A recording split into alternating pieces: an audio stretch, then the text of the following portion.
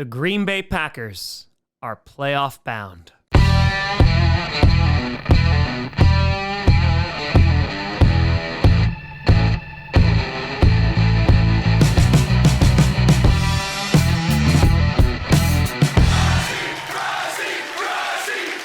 Grossi Posse Packer Nation. Welcome to an episode of Packcast, the podcast where you don't not a Packers fan, but it sure does help. I'm your host, Tom.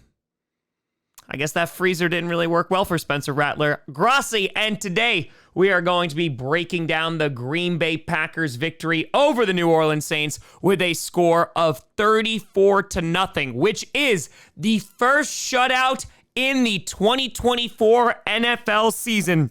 And what a game it was for the Green Bay Packers. And of course, a caveat to start that obviously the Saints coming into this game, they're on their third string quarterback. Their offense is beat to hell. They got a ton of people on IR, and I know all that. And at the same time, the Green Bay Packers are going up against another NFL team, and they did exactly what they needed to do because good teams, they win freaking fracking football games. And the Packers, oh boy, did they win. They scored on their first 3 drives. They haven't done this since week 17 in 2020 versus the Bears. All 3 running backs in the running back room scored. You had scores from Brooks, who was his first TD of his NFL career. Josh Jacobs scored. Emmanuel Wilson scored. You had Zane Anderson, the safety, filling in for Javon Bullard. It was his first start. He got his first career interception.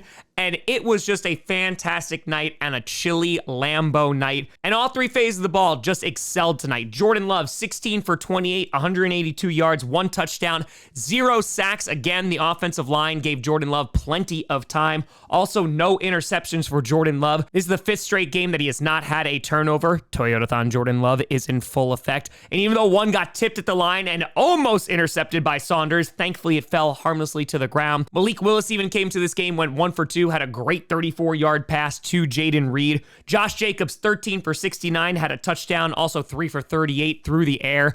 And Josh Jacobs, he wound up sitting later in that game, but he was phenomenal. I mean, just the amount of tackles that he was breaking, juking guys out of their shoes. Matt LaFleur confirmed after the game that he was totally fine. The only injury from this game was Christian Watson. We'll see how significant that is going to be. On top of that, Jaden Reed was our leading receiver, 3 for 76. Kraft, 3 for 63, right behind him. The Packers in the red zone were 4 for 4. Perfect on the night. They were 3 for 3 on 4th down. By the way, I loved the aggression from the Green Bay Packers. They must have been watching some Lions tape. They went 6 for 13 on 3rd down.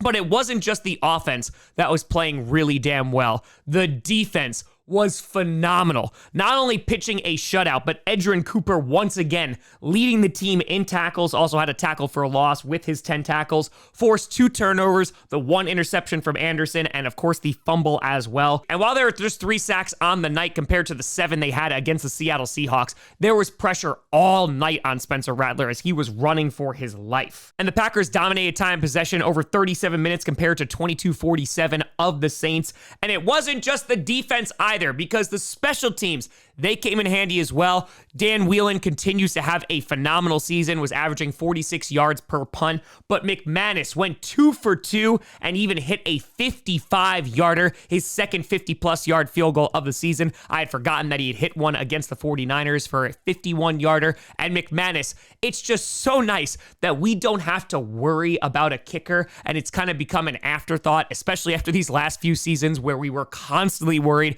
every single time they lined up for a field goal. McManus has been automatic. Taking a look at the Saints offense, Rattler went 15 for 30, 153 yards, and had an interception. Rattler was also their leading rusher with 28 yards, and as a whole, the Packers dominated defensively because they held the Saints to under 200 yards. And again, I know this is a beat-up Saints team, but this Packers team really just played well in all phases. And I know there'll be some Packers fans that were upset they weren't super aggressive in that second half, but they had this game well in hand in the 3rd quarter, and they were in no danger of losing that lead. And so, what does this mean after the Packers won tonight? 1, they have officially clinched a playoff spot. Most importantly, put the ticket! They can no longer win the NFC North, unfortunately, but here is where it stands for the Packers, because they could finish at the 5th seed, the 6th seed, or the 7th seed. They get the 5th seed if they wind up winning out and Minnesota also loses out, which is very possible. The Packers are going to go up against the Vikings next week. Then they finish week 18 against the Bears at Lambeau Field.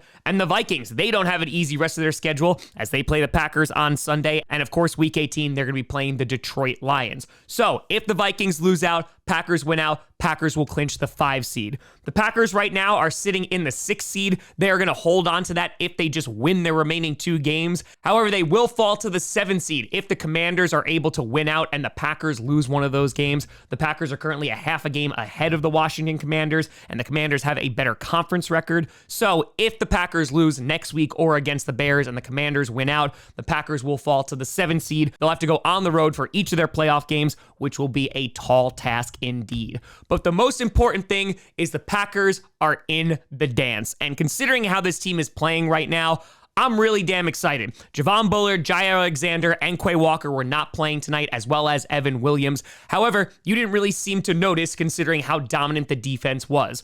Going up against Minnesota, it is going to be a different story. We're going to see if Jair Alexander is going to be ready to go next Sunday. Hopefully, we haven't seen him in a bunch of games. He was a full participant in practice this week once again. However, LaFleur said he just wasn't ready to go.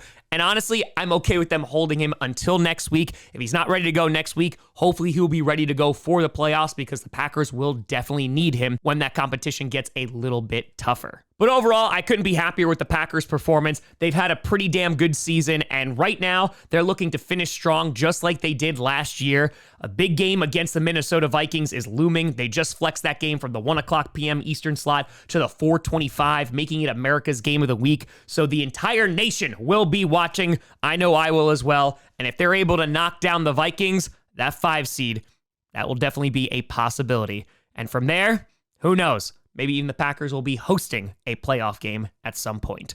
But let me know what you think down in the comments below. How do you feel about the Packers' victory tonight? Let me know. You guys find me at TomGrossiComedy.com or at TomGrossiComedy, all social media, see down below. A big shout out and thank you to all the patrons and YouTube members for supporting this channel. And thank you so much for watching. I'm Tom Grossi. And as always, go Pack Go.